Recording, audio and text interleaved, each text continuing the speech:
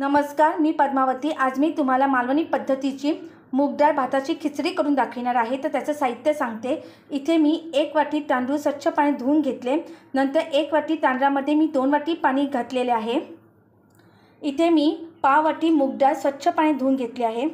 इथे मी अर्धा वाटी चवळीची भाजी स्वच्छ पाणी धुवून घेतली आहे।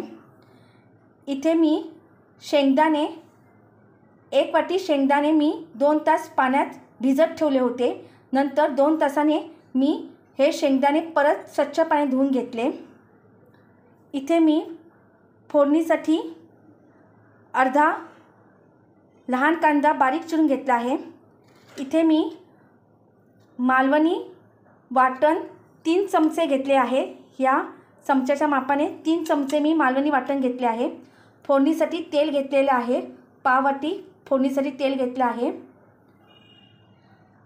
इथे मी पाव चमचा मोहरी, 1 चमचा मालवणी मसाला, अर्धा चमचा मीठ, पाव चमचा जिरं, चिमूटभर हिंग घेतलेले आहे।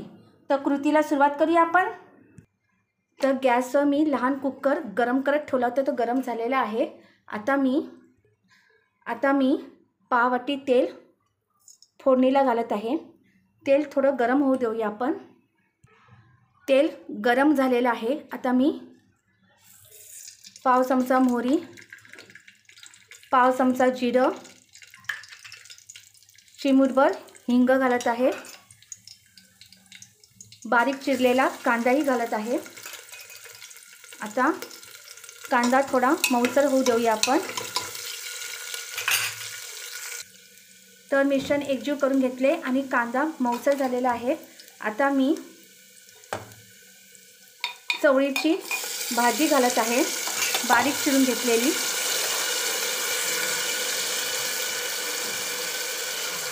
मूग डाळ घालत आहे।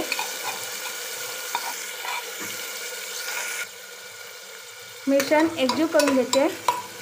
आता मी 1 चमचा मालवणी मसाला घालत आहे, अर्धा चमचा मीठ घालत आहे। आता आपण 3 चमचे मी इथे मालवणी वाटण घातलेले आहे। आता मिश्रण छान असं एकजीव करून घेऊया आपण। व्यवस्थित एकजीव करून घेऊया आपण। नंतर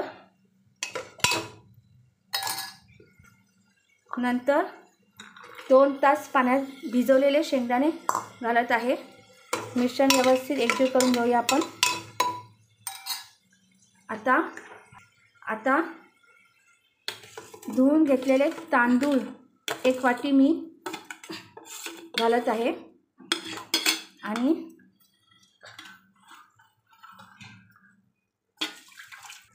आता मी बरोबर 3 वाटी पाणी घालत आहे।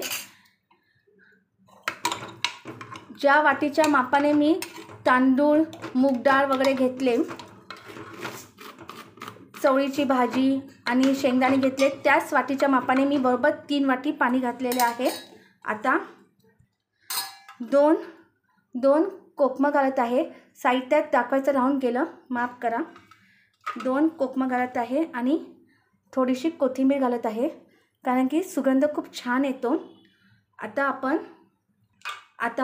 कुकरचं झाकण लावून घेऊया।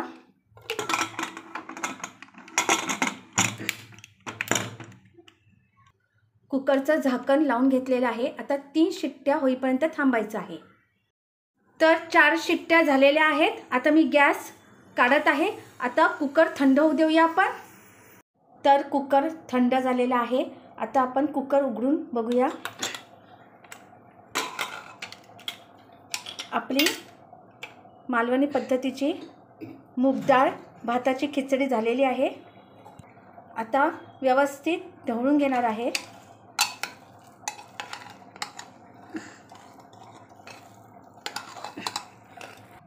व्यवस्थित ढवळून झालेली आहे। आता आपण प्लेटमध्ये काढून घेऊया। तर अशा पद्धतीने मालवणी पद्धतीची मूग डाळ भाताची खिचडी करतात। तुम्हाला माझा व्हिडिओ आवडला असेल तर लाईक करा। धन्यवाद।